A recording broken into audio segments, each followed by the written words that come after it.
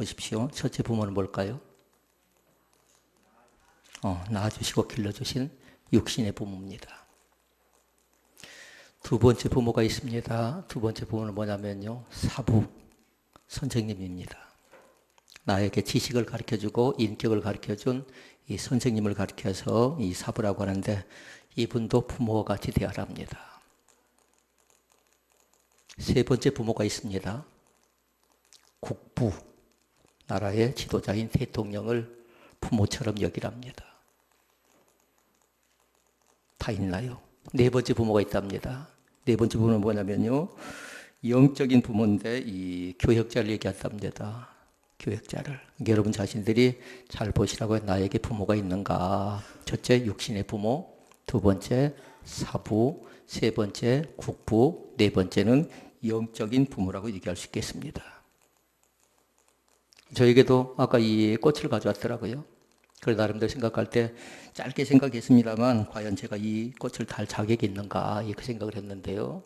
그래도 여러분과 저에게 감사하는 건 뭐냐면 영적인 부모의 역할을 서로 같이 나눌 수 있는 그런 부모라는 이 생각을 갖고 저도 더 깊이 있게 이 자신을 뒤돌아보는 시간을 갖고자 합니다. 이 네 가지를 중시여기라고요. 네 가지를. 그런데 똑같이 여기래요. 육신의 부모에게도 효를 다하고 그리고 사부에게도 효를 다하고 그리고 나라의 국부에게도 마찬가지로 효를 다하고 영적인 아버지에게도 마찬가지로 효를 다하라고 합니다. 자녀들 그리고 아들과 딸들이 아버지와 어머니에게 가장 듣고 싶은 말들이 있답니다. 어린이 주일이니까요.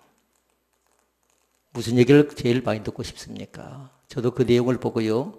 반성을 많이 하고 내가 그랬구나라는 그 조급함을 생각했습니다마는 혹이라도 자녀들이 좀 성장했을지라도 어른들이 볼 때에 우리의 자녀는 아이지요, 아이.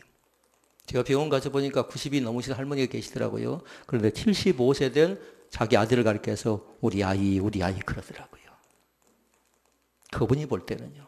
그런데 자녀들이 부모에게 가장 듣고 싶은 말 가운데 5가지를 뽑아놨어요. 첫째는 뭐냐면요. 다른 것 아니라 괜찮다라는 겁니다. 괜찮다. 근데 이걸 저도 많이 쓰지를 못했더라고요.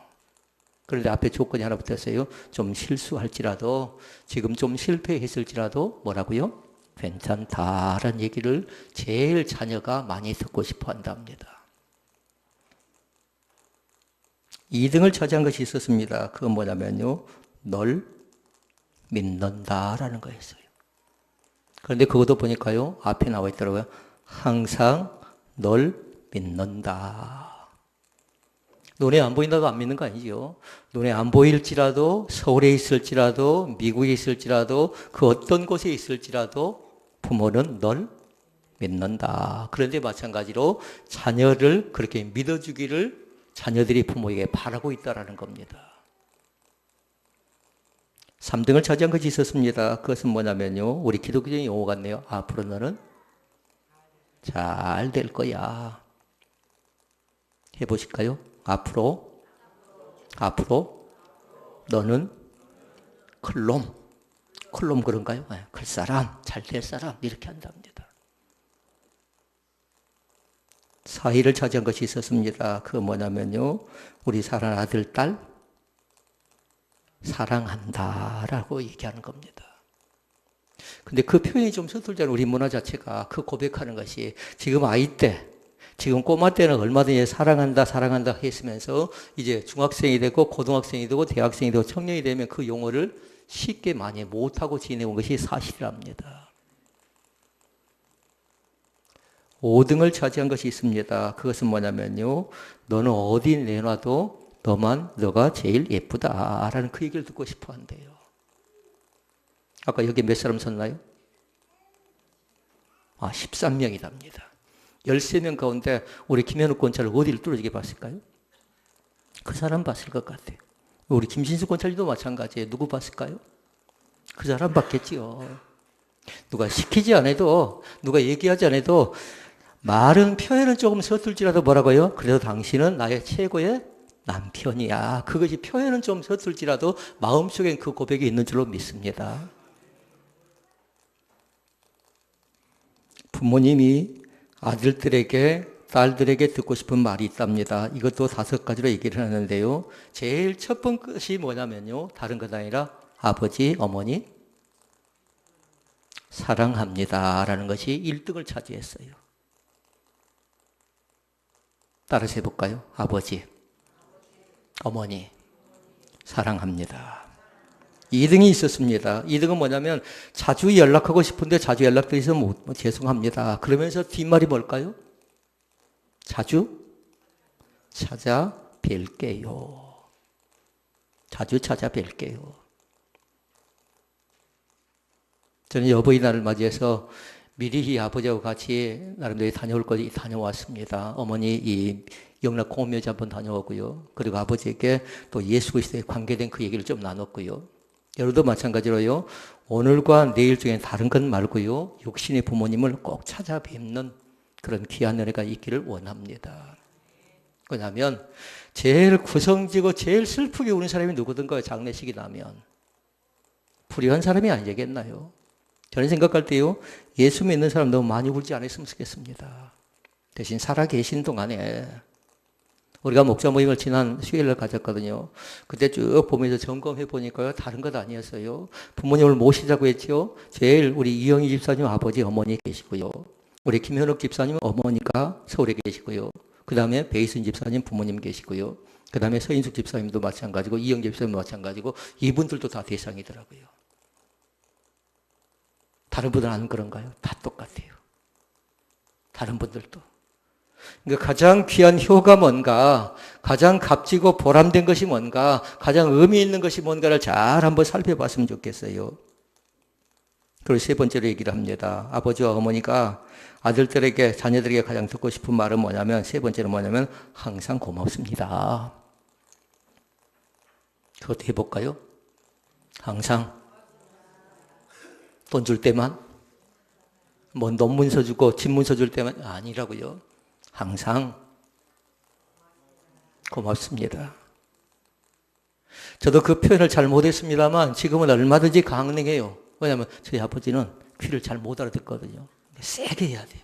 이혁조 권사님이 저희 집에서 얘기하면 이혁조 권사님 집까지 들릴지 몰라요. 아버지하고 대화 나누는 것이요. 항상 고맙습니다. 네 번째가 있습니다. 이 세상에서 부모님이 가장 존경스럽습니다. 다섯 번째는 뭐냐면 건강히 오래오래 사십시오 라는 얘기입니다. 건강히 오래오래 사십시오.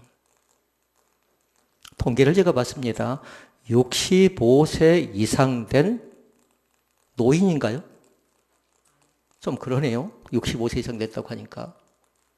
65세 이상 된 부모님을 상대로 해서 조사해 놓은 내용이 있습니다. 그건 뭐냐면 이 부모님들이 가장 듣기 싫어하는 말이 뭔가, 그리고 가장 하기 싫어하는 말이 뭔가. 듣기 싫어하는 말이 아니고 하기 싫어하는 말이겠네요. 자녀들에게. 무슨 말을 자녀들에게 제일 하기 싫어할까요? 라는 거예요. 무엇일 것 같습니까? 세 가지로 나왔는데 하나는 뭐냐면 몸이 아파도 아프다는 말을 잘 하지 않습니다. 아파서 끙끙대는 안에 있어도 자식에게 아프다는 말을 잘 하지 않는답니다. 그리고 또 한 가지가 있어요. 그것은 뭐냐면요.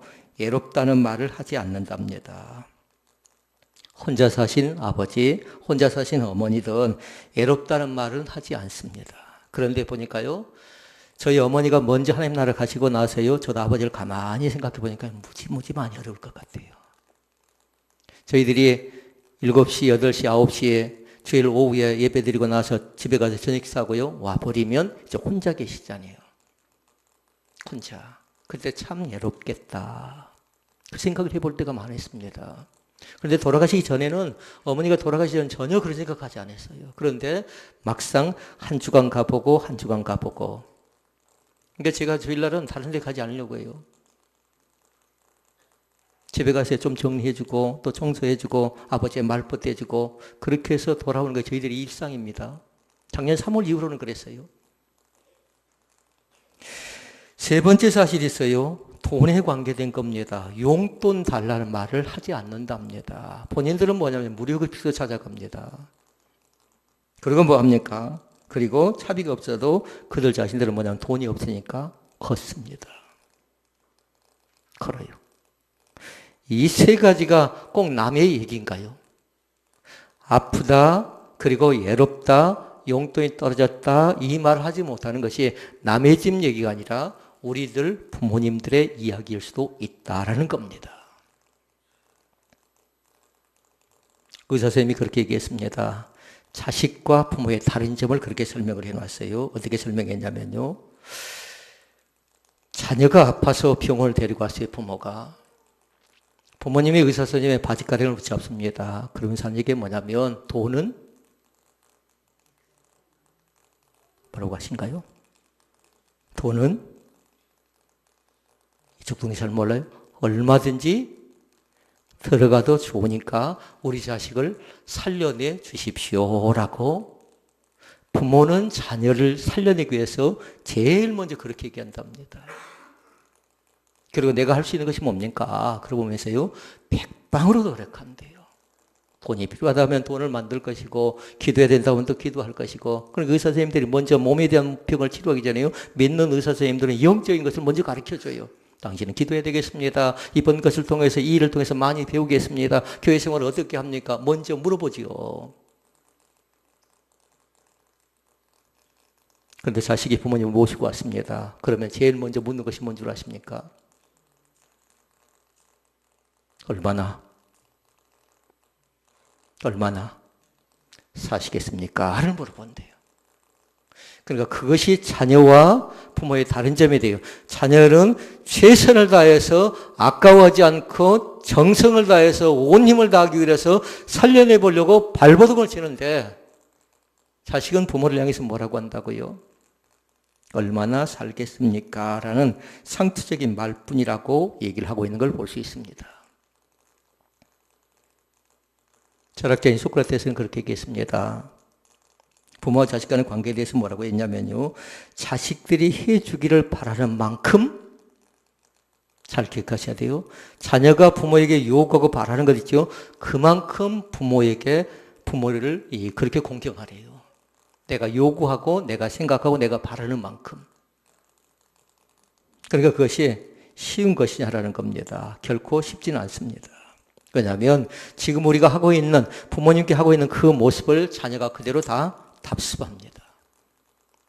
그러니까 그대로 하는 거죠. 그대로.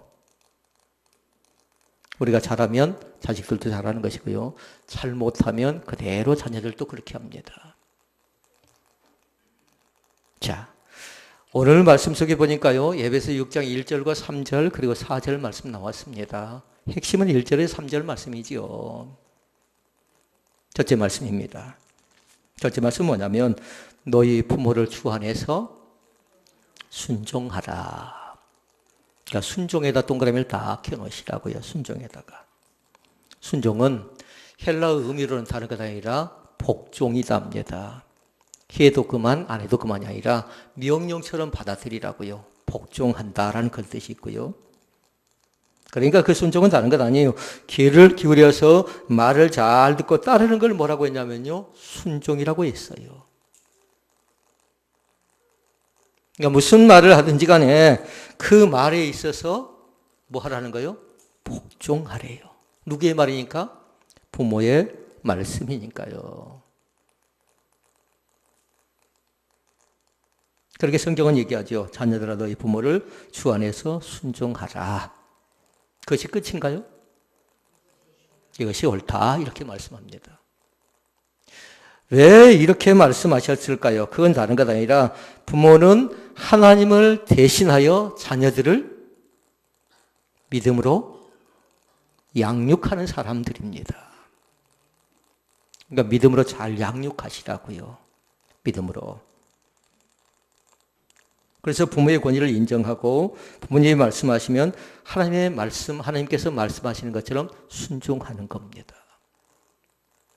저희들이 신방 가서 보면 알겠어요. 신방 가서 보면 이 가정이 인성교육이 돼 있구나. 이 가정이 신앙교육이 돼 있구나. 이 가정이 가정교육이 돼 있구나. 안 돼 있구나는 금방 알 수 있겠더라고요. 아이들 하는 것 보면 알 수 있습니다. 어떤 가정은 아이들에게 아예 말을 못 시켜야 돼요. 쉿하면 꼼짝달싹하지 못한 그런 가정도 있더라고요. 그냥 아이들 놔두시라고요. 예배에 특별한 방해가 되지 않으면요. 그냥 놔둬요. 괜찮아요. 아이들이 저러면서도요. 다 듣고 있어요. 우리 지금 저 아이들이 기죽어 있는 건 아니죠. 예. 아이들 나름 대로 들을 건 다 듣고요. 또 나름대로 이때는 이렇게 해야 되겠다 저렇게 해야 되겠다. 좀 떨어질 뿐이지 아직 그걸 잘 알지 못할 뿐이지 얼마든지 자기 나이에 맞게끔 하고 있으니까요. 아이들은 놔두고 내 예배 가운데 충실할 수 있기를 바랍니다. 잠언 30장 17절 말씀에 그렇게 얘기합니다. 뭐라고 합니까? 화면 보고 읽어볼래요? 비를 조롱하며 엄히 순종하기를 싫어하는 자의 눈은 골짜기에 까마귀에게 쪼이고 독실이 새끼에게 먹히리라 이렇게 말씀해요. 이거 무서운 거예요. 그러니까 아버지, 어머니에게 지금으로 보면 불효한 사람들, 공경하지 않는 사람들은 한마디로 뭐예요? 까마귀에게 쪼이고 독수리 새끼에게 먹힌대요. 이번에 독수리를 봤거든요. 그러니까 그 말씀을 다시 한번 잘 기억할 수 있기를 바랍니다. 부모에게 순종한 자에게는 그럼 어떤 축복을 주실까요? 결과적인 얘기는 나중에 나눕니다만 그럼 먼저 기억을 딱 가도록 하세요. 중요한 것인데요. 4가지가 주어집니다. 하나는 뭐냐면요. 마음의 평강을 얻게 됩니다. 마음속에 평강을 얻게 된다고요. 왜 저 사람이 불안하고 왜 교회에서 저럴까? 그러면 평강이 있기 때문에 그래요. 이 교회는 눈치가 사라졌으면 좋겠어요. 저도 여러분의 눈치 보지 않고요. 여러분도 저희 눈치 볼 것 없어요. 소신껏 하시라고요. 그건 뭐 때문에 그럽니까? 평강이 있으면 가능해요. 근데 평강이 없지요. 불안하지요. 뭔가 죄 지었죠. 그러면 날마다 뭐예요? 눈치 보는 겁니다. 그러니까 우리 교회는 눈치가 없는 그런 교회가 됐으면 좋겠어요. 좀 못한다고 눈치 줄 거 없어요. 핀잔 줄 것 없다고요. 못하면 아직 신앙이 저 정도가 되지 않으니까 격려하면서 또 믿음이 자랄 수 있도록 또 기다려 주시라고요.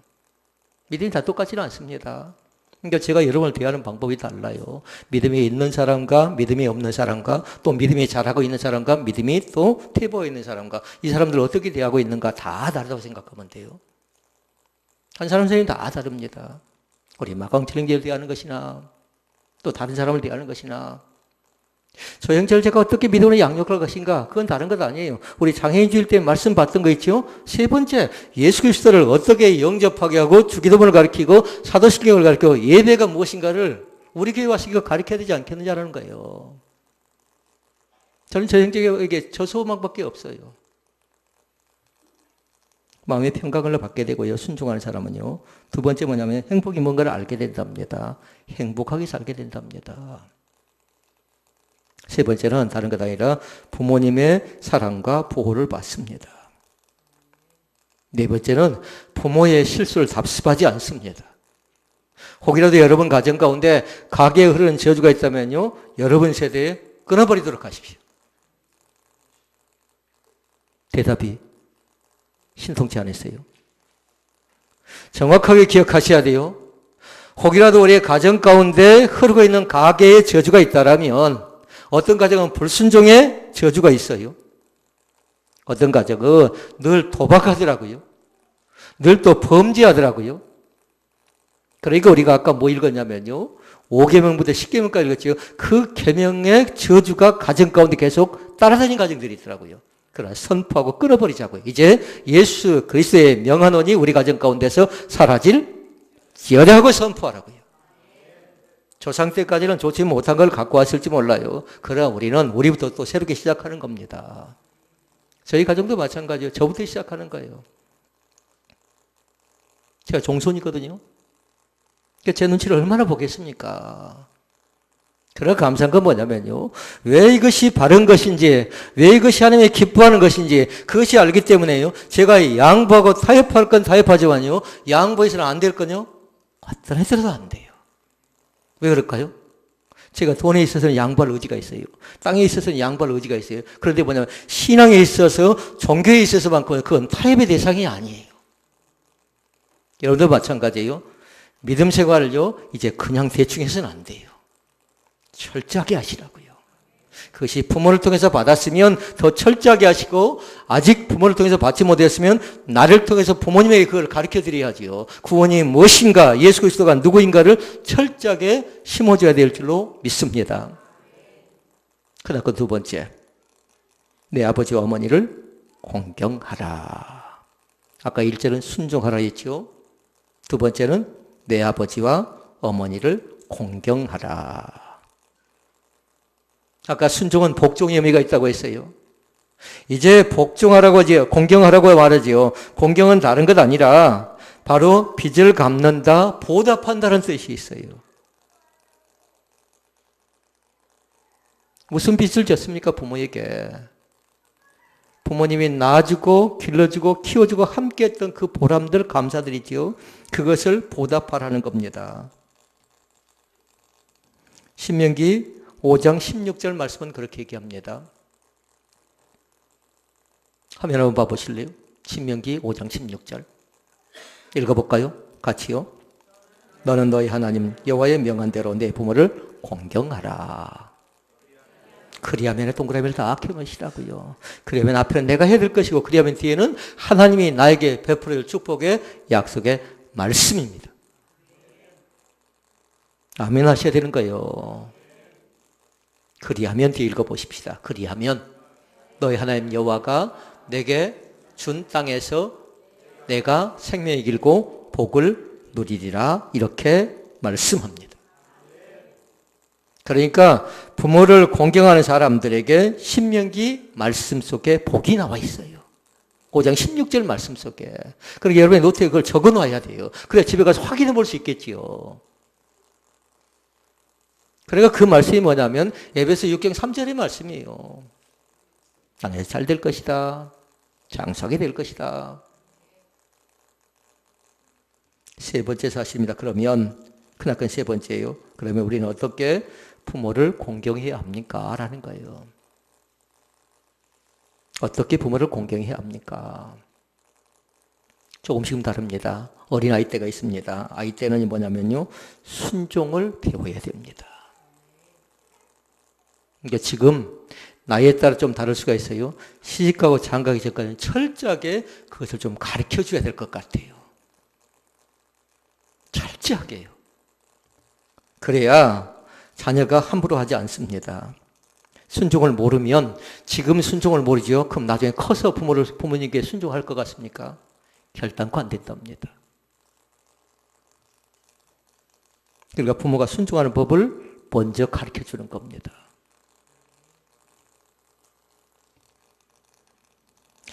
왜 세상이 무질서하고, 왜 세상 속에 살벌한 사건들이 많이 나고, 왜 죄악이 이렇게 판을 치고 있을까요? 여러분 무엇이라고 생각합니까? 그건 나름대로 원인이 있는데요. 만약에 자녀들을 통해서 그 문제가 생겨나지요. 그럼 뭐냐면 과잉 보호 때문에 그런데요. 혹시 우리 사랑하는 루디와 회원들과 루디 회원들 남편 되시는 분들은 자녀에게 과잉 보호하고 있지 않나 잘 살펴보라고요. 아들이 한 명이다, 또 딸이 한 명이다, 그렇게 키우다 보니까 과잉 보호하는 경우가 상당히 많답니다. 인정할 사람도 있을지 모르겠습니다. 소중하지요. 다 귀하지요.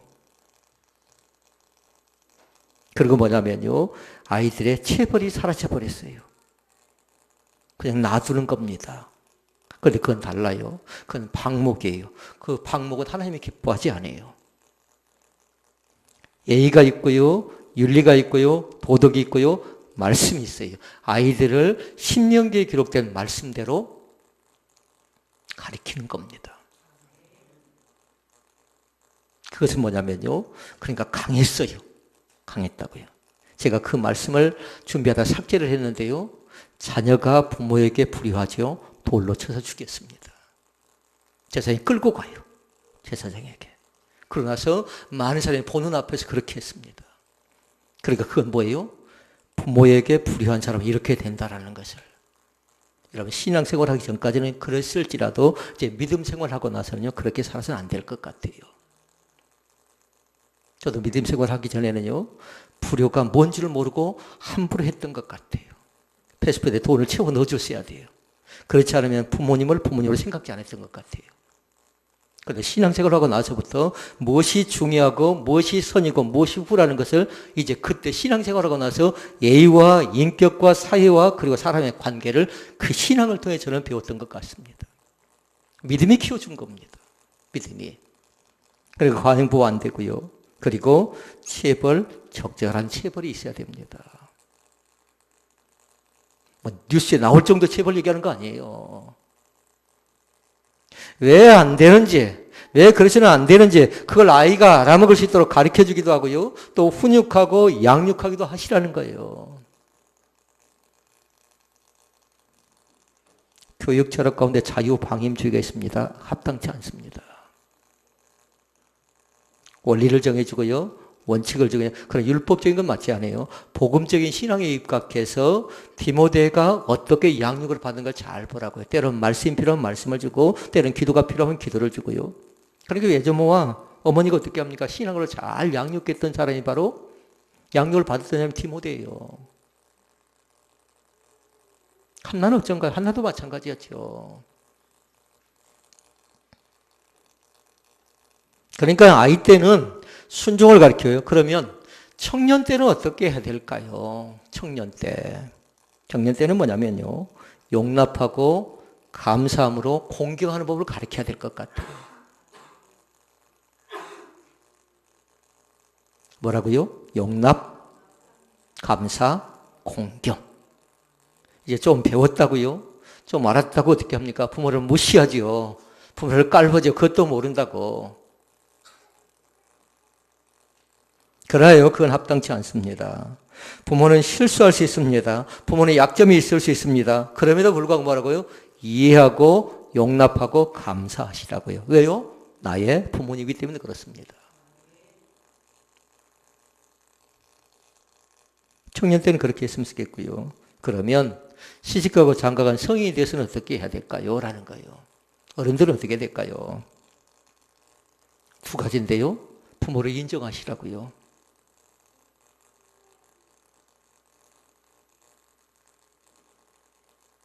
그리고 부모를 버리지 마십시오. 통계가 나왔는데 무서운 통계가 있더라고요. 제주도 여행 갈 때 부모들 잘 안 간답니다. 자녀들하고 같이 가죠. 왜냐하면 놔두고 가버릴 가능성이 있답니다. 그런데 그런 건수가 정확한 통계가 몇 년 전에 나와 있는 통계인데요. 정확한 통계는 지금은 아니에요. 그 통계 내용 가운데 보니까 800건 이상이 그렇게 여행 가고 버려버린 사건들이 생겨난 것을 이 통계로 나와 있는 걸 제가 본 적이 있습니다. 몇 년 전 통계인가를 정확하게 기억은 안 납니다. 그런데 같이 놀러 가고 같이 이렇게 여행 갔다가 놔두고 가버린대요.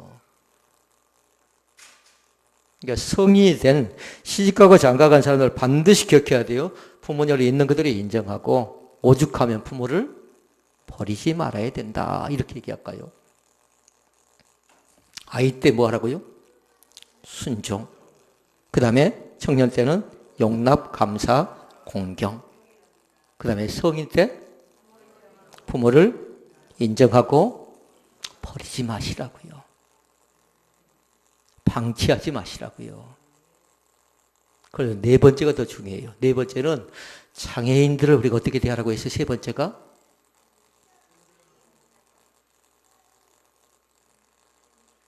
어떻게 대하라고요? 영접시키라고 했죠. 마찬가지예요. 이 네 번째 때문에 제가 여러분에게 부탁을 드린 거예요. 부모님 모셔서 예배 드려야 되는 겁니다. 라고요. 이것이 신앙입니다. 이것이요. 네 번째는 다른 것 아니에요. 부모의 영혼을 구원하시라고요. 읽어볼까요? 쭉. 부모의 영혼을 구원하고 영혼이 잘 되도록 돌보아 드리는 것이 가장 크나큰 효도래요. 효도라고요. 고기를 사다 드리는 것, 그리고 돈을 드리는 것, 그것도 중요합니다. 할 수 있으면 하십시오. 그러나 더 중요한 게 뭐라고요? 구원이에요, 구원. 구원입니다. 구원입니다. 구원입니다. 영혼을 돌봐드리라고요. 어떻게 신앙생활하고 있는가, 믿음생활하고 있는 분들은요, 그걸 잘 점검하시고요. 만약에 이러다 갑자기 돌아가시면 어떻게 하시렵니까? 저는 말씀드리건데요. 장례식 치르는 것이 겁나더라고요. 내 그걸 전에도 어떤 분 장례식을 치렀습니다. 제일 먼저 제가 가서 확인한 건 뭐냐면 구원 받았는가예요. 그리고 가족들이 그 구원에 동참하고 있는가 보고요. 그리고 제 권위를 인정하는가 세 가지를 살폈어요. 여러분 어떻습니까? 우리의 부모님에게 구원의 기쁜 소식을 선물하고자 하는 그 마음은 없습니까? 반드시 선물해야 됩니다. 그 구원을 통해서 영접해주는 그 기쁨이 우리 가운데 넘쳐날 수 있기를 주의 이름으로 축원을 드립니다. 마지막 네 번째, 부모님을 공경하는 자에게 주신 축복이 있습니다.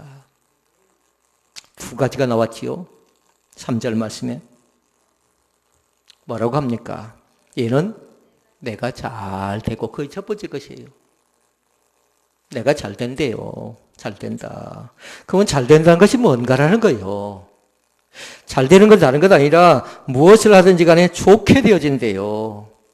어떤 사람은 잘 되는데 권위가 없는 사람이 있죠. 직급은 좋은 장로가 되고 권사가 됐는데 그럼에도 불구하고 그 사람이 권위를 받지 못한 건 뭐예요? 예배가 엉망이니까 그렇지요. 예배가. 그러면 안 되는 거죠. 여러분 지금 이 시간에 말씀이 들리십니까? 집중하도록 하십시오. 집중하도록 하세요. 예배가 되는 건 말씀이 되는 건 다른 것 아니라 잘 된다라는 거예요. 사람들 생각할 때 건강만 생각하고 그다음에 돈만 생각하는데요. 내 영혼이 잘된 가치가 있어요. 이 시간에도 여러분의 귀 속에 말씀이 들려져서 우리의 잡념거리가 해결되는 귀한 역사가 나타나기를 바랍니다. 그러니까 잘 된다는 걸 써놔야 돼요. 돈만 많이 번다 그거 아니고, 물론 그것도 중요합니다. 건강하다 그것만 중요한 것 아니고, 뭐라고요? 말씀이 들려진다고 생각하면 돼요. 거기서부터 시작되는 겁니다. 믿는 사람들은. 그러나 저 성경은 얘기합니다. 신명기 5장 16절 말씀해 보니까 그렇게 얘기해요. 읽어볼까요? 너는 너희 하나님 여호와의 명한 대로 내 부모를 공경하라. 그리하면 너희 하나님 여호와가 내게 준 땅에서 내가 생명이 길고 복을 누리리라. 복을 누린대요. 그러니까 중요한 말씀이 에베소 6장 3절에는 내가 잘 되고, 그 다음에 한 가지 나와 있는 건 뭐라고요? 복을 누리게 된대요. 축복의 통로가 되실 수 있기를 바랍니다. 복의 근원이 될 수 있기를 바랍니다. 나는 복의 사람입니다. 나는 복의 사람입니다. 어디를 가든지 간에, 어디서 무엇을 하든지 간에 여러분 한 사람이 들어가서 복덩이처럼 살면요, 그러니까 한 여성이 잘 그 가정에 들어가면요, 우리 누가 들어왔다고 그래요? 복덩이 들어왔대요. 한 여성이 가정에 잘못 들어가죠, 폐가 망신한 가정들도 상당히 많습니다. 예수 믿는 우리 사랑하는 여성 여러분, 여러분들이 시댁에 들어가고요, 또 사랑하는 가정에 들어갈 때요, 복으로 들어갈 수 있기를 바랍니다. 그 복은 예수 그리스도를 가지고 들어가시라고요. 그것 때문에 복이 있는 겁니다. 그러니까 우리가 듣고 싶은 얘기가 있어요. 자녀들을 통해서 부모님이 듣고 싶은 얘기는 다른 것 아니에요. 룻기에 나옵니다. 룻기에. 룻이 나오미에게 뭐라고 합니까? 룻이 나오미에게 어머니 하나님, 그 하나님을 나는 믿습니다. 그 얘기를 듣고 싶어 하는 겁니다. 부모는. 우리가 믿는 하나님을 아버지도 믿고, 우리가 믿는 하나님을 어머니도 믿고요, 부모님이 믿는 하나님을 우리 자녀들이 그대로 믿는 귀한 역사가 나타날 수 있기를 바랍니다. 또 한 가지가 나옵니다. 말씀 속에 보니까 뭐라고 합니까? 땅에서 장수하게 된답니다. 건강 행복하게 사는 것 있지요. 오래 많이 그걸 얘기하는 건 아닙니다. 건강하게 살고 행복하게 사는 걸 말합니다. 하나님을 잘 섬기는 사람도 마찬가지로 장수의 복을 받습니다. 그리고 부모님의 훈계를 잘 받는 사람, 탐욕을 버리는 사람도 마찬가지로 장수의 복을 받는답니다. 말씀을 맺습니다. 우리는 어떤 사람을 효자라고 얘기합니까? 부모에게 감사하는 마음을 가진 사람을 우리는 효자라고 얘기합니다. 오늘 또 감사하실 수 있기를 바랍니다. 나를 낳아주고 나를 키워주고 나와 함께 같이 살고 계신 분. 그러니까 부모님께 순종하고 공경하는 것, 그리고 하나님의 말씀 앞에 순종하는 건 뭐냐면요, 축복의 가장 기본적인 조건이 되는 겁니다. 오늘 한 달 동안도 기쁜 마음으로요, 감사한 마음으로 내가 어떻게 해야 될 것인가 잘 판단하고 생각하는 귀한 은혜가 나타나세요. 영원 구원하는 일을 미루서는 안 됩니다.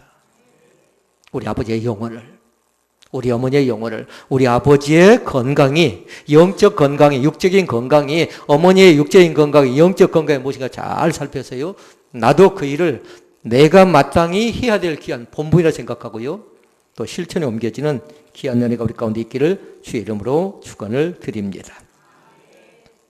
아버지 감사합니다. 날마다 때를